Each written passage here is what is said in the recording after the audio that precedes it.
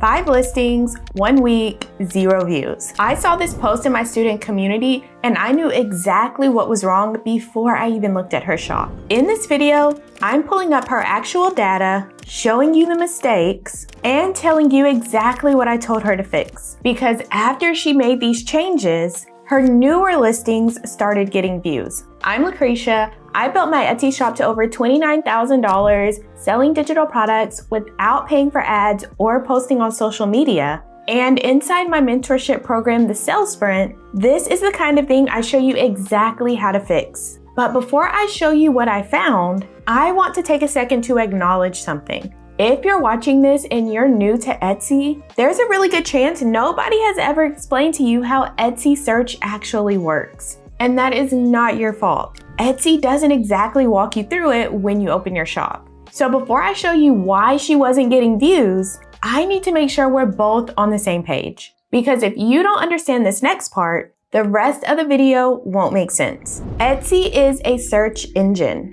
And one of the main ways Etsy knows who to show your products to is through your tags. Tags are the 13 phrases you add to every single listing. Each tag is an opportunity to match what a buyer types into the Etsy search bar. That is all they are. And I'm not just saying this. This is straight from Etsy's own seller handbook. Etsy says, tags are your opportunity to include 13 phrases that describe your unique product. Each tag you add is a chance to match with a shopper's search. So think of it like this. Etsy's search engine is basically a giant filing system. When a shopper types something in, Etsy goes through millions of listings trying to find the best match. Your tags are how your listing gets filed. If you're filed in the wrong folder, or a folder so packed with other sellers you're crammed to the bottom, your listing will just sit there. Nobody will see it. Now here's where I see new sellers make the mistake. Etsy actually tells you what not to do with your tags. No single words, no repeating the same phrase, no stuffing in broad generic terms hoping something sticks. And then they tell you something really important. They call it targeting long tail keywords. That just means specific multi-word phrases instead of one generic word. So instead of tagging your listing baby shower, you'd use silly goose invite. Etsy says shoppers who search specific phrases know exactly what they want and they convert better, meaning they're more likely to actually buy. This is the foundation. Keep this in mind because when I show you her tags in a second, you're going to see this playing out in real time. Now, I like to use a tool called Everbee to make this process easier and faster. Everbee pulls data on how often a phrase gets searched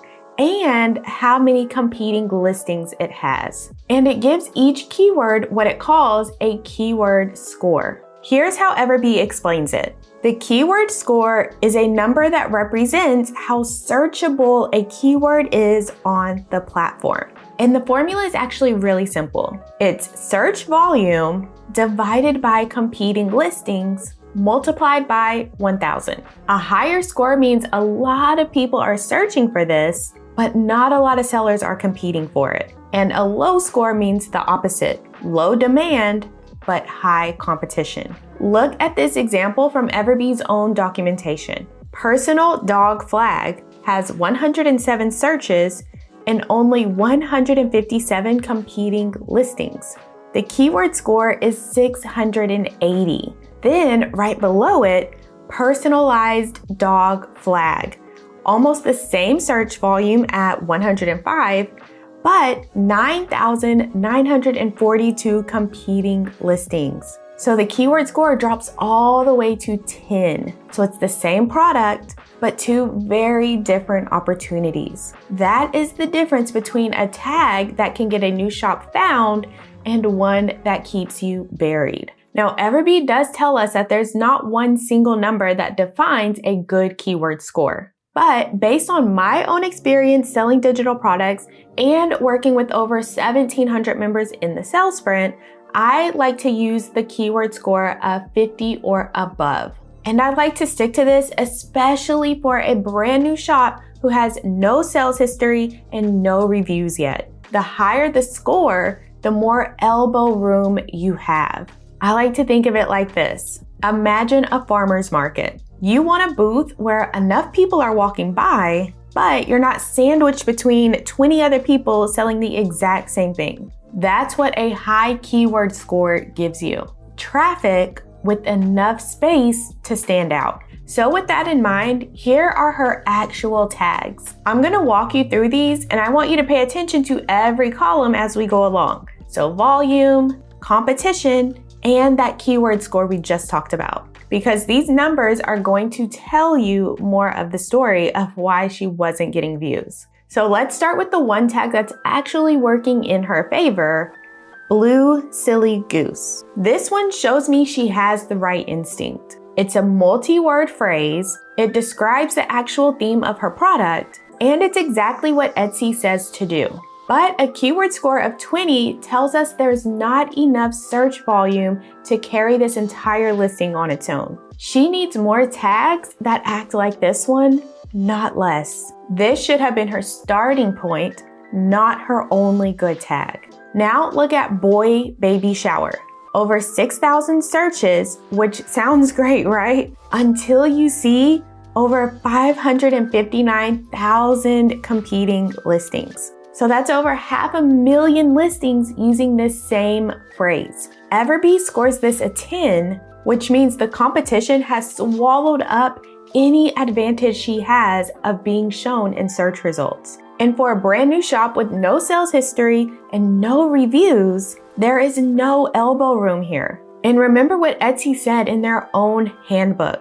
They specifically tell you to target long tail keywords instead of going after generic phrases. Boy baby shower is exactly the kind of broad phrase they are steering you away from. Then we've got customizable. Single word, 695,000 competing listings. And I get why she put it there. Of course you want people to know that this is customizable. But a shopper isn't opening Etsy and just typing customizable into the search bar. They're typing customizable baby shower invite or editable goose party template. That word by itself tells Etsy almost nothing about what your product actually is. And then Daisy Floral and Evite both score a 10. Now here's the problem with these. Daisy Floral on its own is way too broad. Yes, her invitation has daisies on it, but a shopper typing for Daisy Floral into the search bar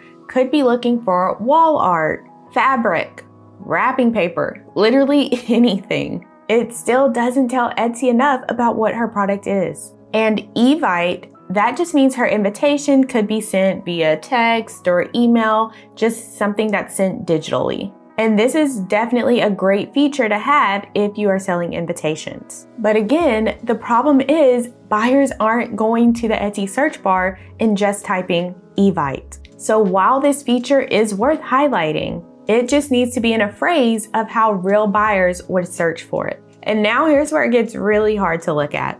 Baby blue, baby shower, Canva template, digital invitation, editable invite, printable watercolor, yellow.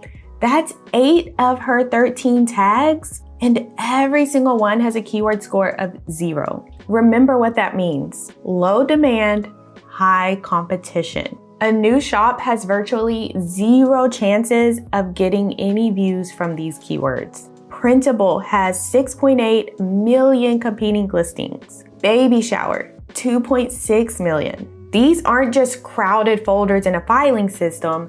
This is her trying to stand out in a stadium. Now, I want to be really clear about something because I don't want you to watch this and feel bad for her or feel bad for yourself if you've noticed that you've been doing this too. Every single one of these tags makes complete sense if no one has ever told you how to do this properly. She described her product. That's the logical thing to do. It's a watercolor digital invitation. It's editable on Canva.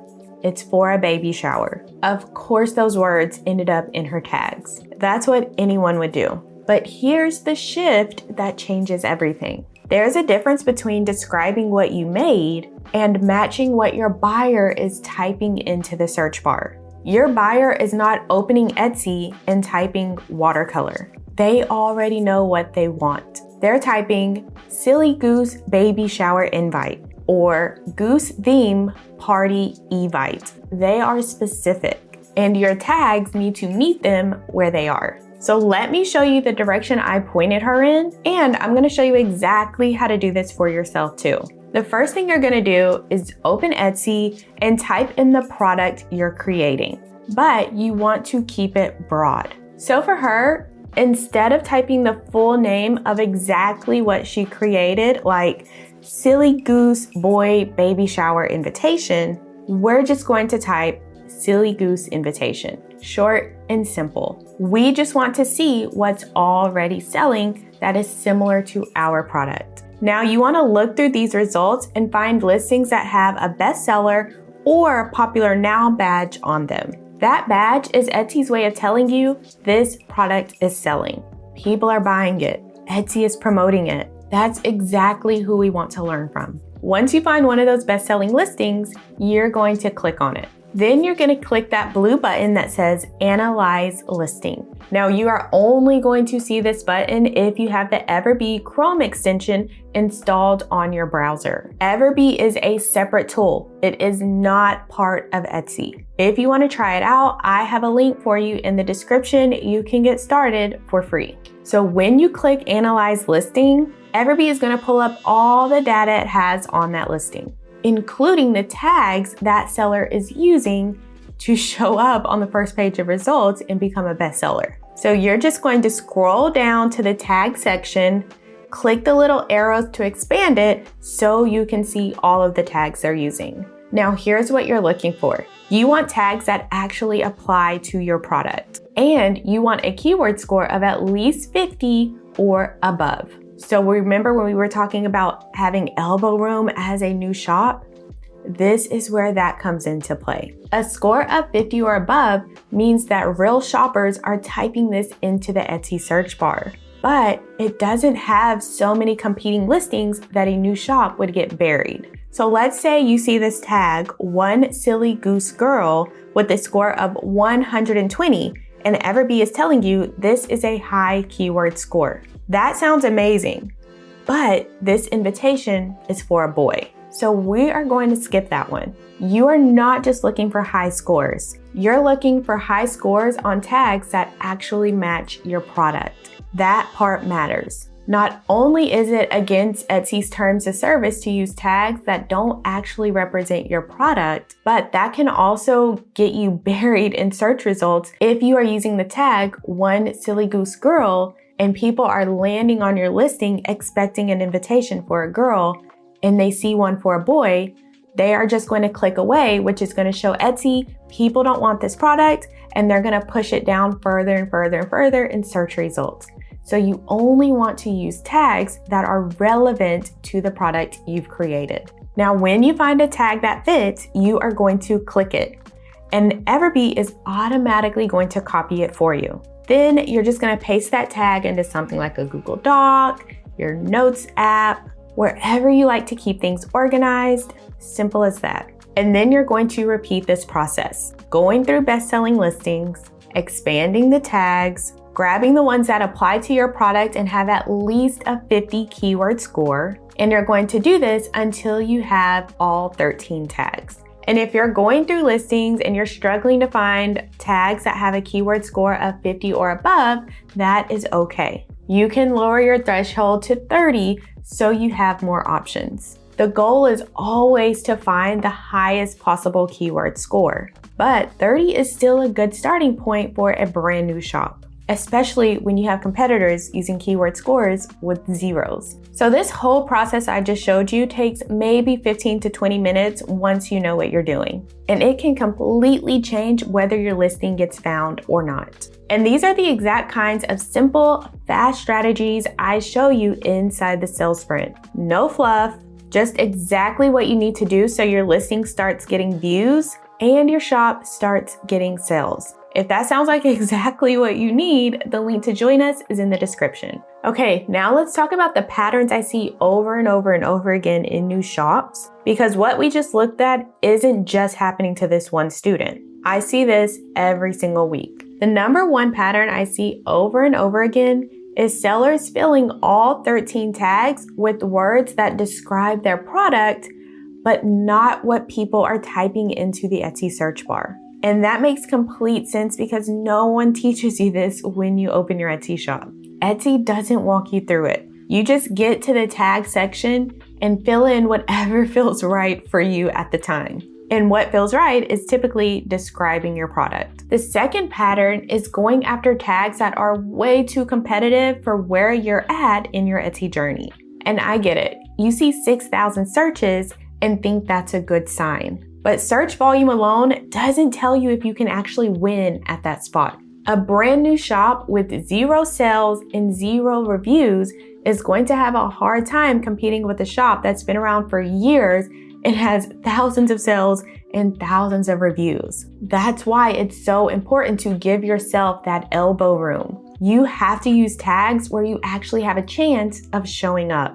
And the third pattern, and this one is really important, is giving up too soon. A lot of sellers fix their tags once, check their stats 2 days later, see nothing has changed, and think it didn't work. Etsy takes time to see your changes. You have to give it time to work. But when it does work, and it does work, you will see it. Here's what I also want you to know. I look at student shops in our private community all the time, not just to help individual students, but because it shows me which parts of the sales sprint needs to be updated or explained more clearly. When I saw how many students were struggling with tags, I went back and updated that section. I needed to make sure that it was easier to follow so people could get results faster. That's exactly why the program gets updated regularly. What's inside the sales sprint right now reflects what real people are struggling with on Etsy